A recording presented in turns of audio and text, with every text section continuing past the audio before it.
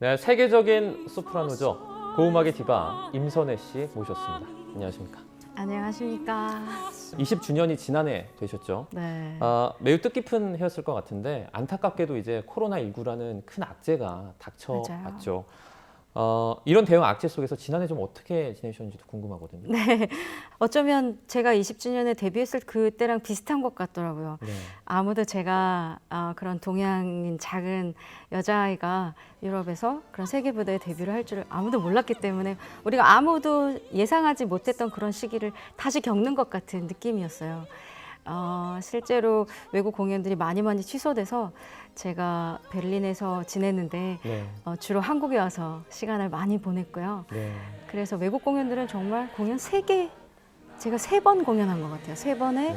음반 녹음 2편하고는 작년은 아무 활동을 할 수가 없었고, 그나마 한국이 코로나 사태에 너무나 적응을 잘 하고 있었고, 여기서는 공연도 어느 정도 진행될 수 있는 상황이었기 때문에 한국에서 지내는 동안 생각지 않은 공연이나 그런 행사들을 할 수 있어서 저에게는 굉장히 조국에 감사한 네. 그런 한 해였습니다.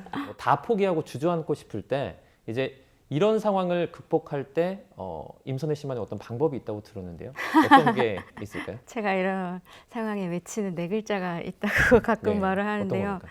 두고 보자. 잘 못 들었습니다. 두고 보자. 두고 보자요? 네. 어떤 의미죠?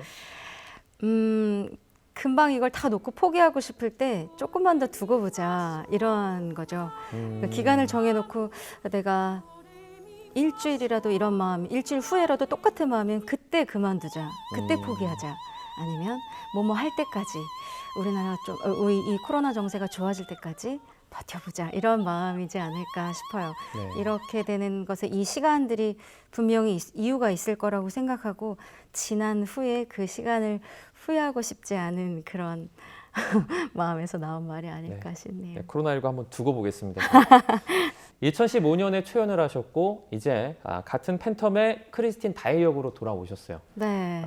기분이 왜냐하면 예전에 했었기 때문에 남달랐을 것 같은데 어떻습니까?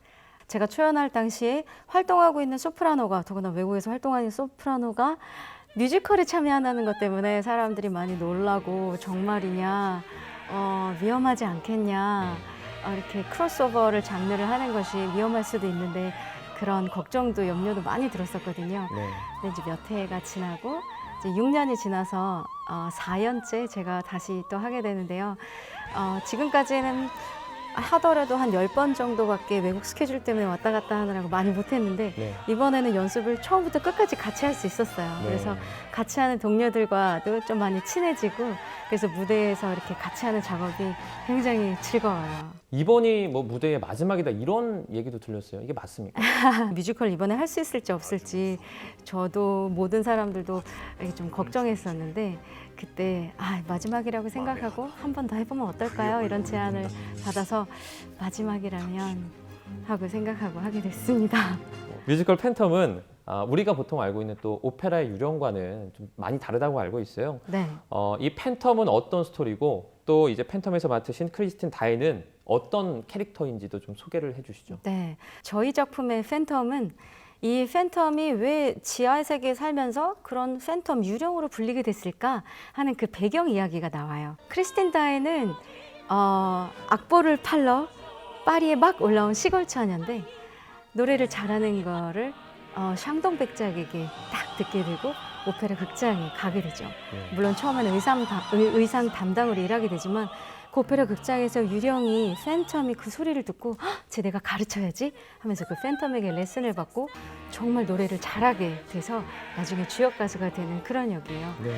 그래서 팬텀에 대해서 스승으로서의 존경심, 그리고 어떤 노래하는 사람으로서의 연대감, 그리고 그 어린 시절을 알고 난 다음에 연민까지 어떤 아주 잔잔하고 애잔하고 슬프지만 아름다운 러브 스토리도 있는 그런 작품입니다. 스스로도 좀 비슷한 것 같다는 느낌을 받은 적이 있습니다. 사실 많이 들죠. 네. 저도 도시 출신이 아니고 강원도 철원에서 태어났는데요. 네.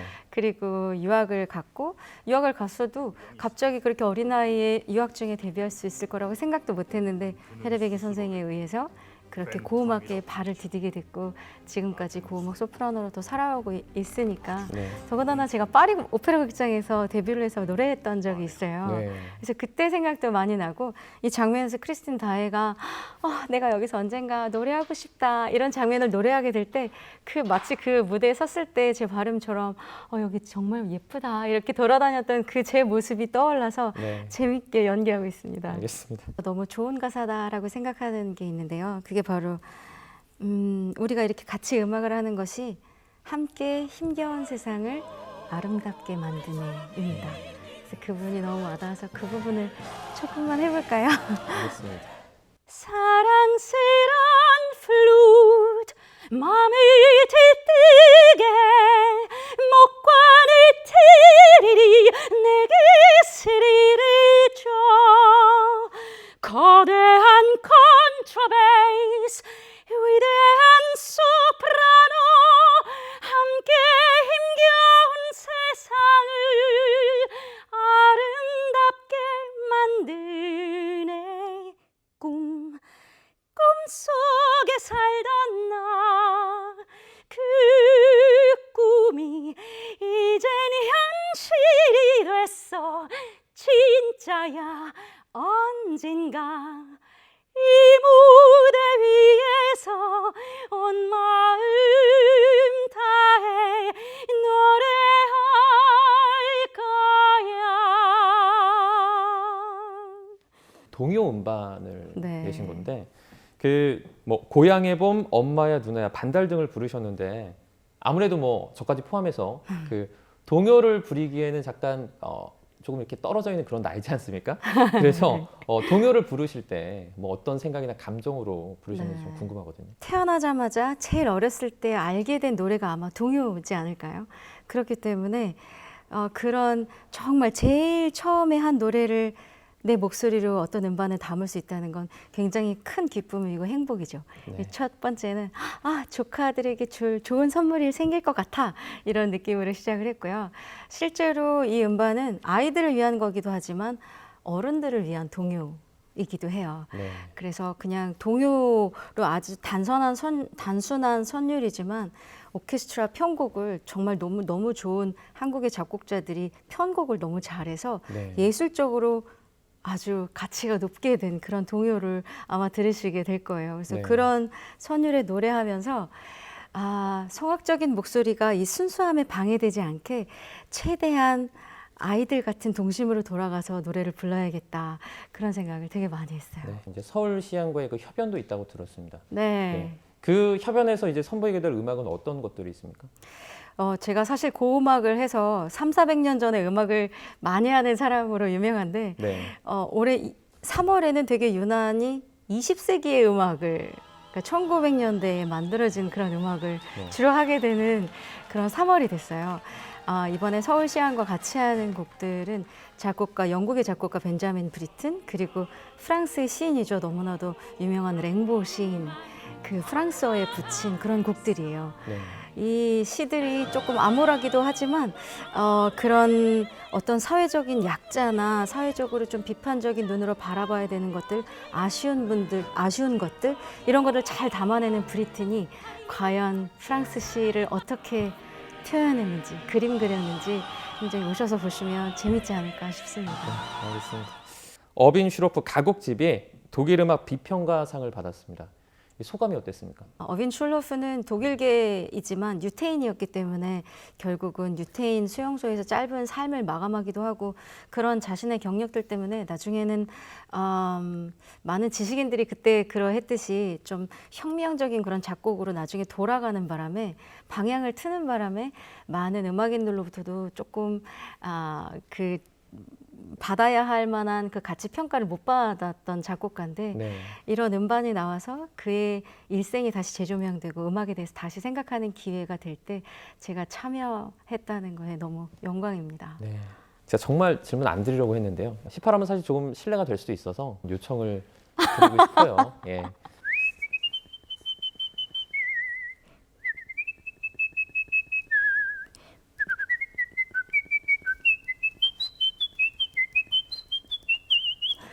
와. 아유 부끄러워라. 야, 이게 찐박수입니다. 찐박수. 네, 원래 예. 음은 이거보다 물론 훨씬 높은데 네. 그냥 휘파람으로.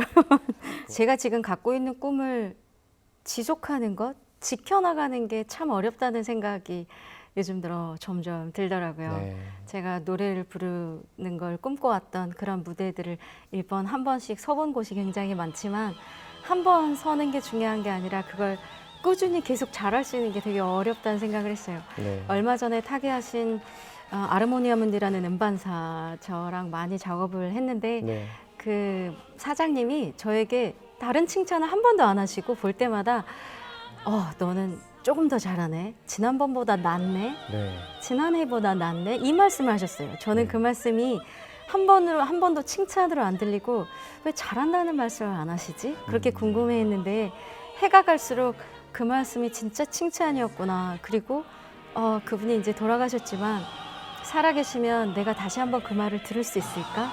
이런 생각을 하게 되더라고요. 그래서 제가 무대에 설 수 있는 날까지 최선을 다하고 조금 더 잘한다는 이야기를 들을 수 있는 소프라노가 되는 게 제 꿈이고요. 평범한 것 같은데 특별하고 굉장히 특별한데 평범함을 잃지 않는 그런 사람이 되고 싶어요. 그거는 꾸준히 간직하도록 노력하겠습니다. 네.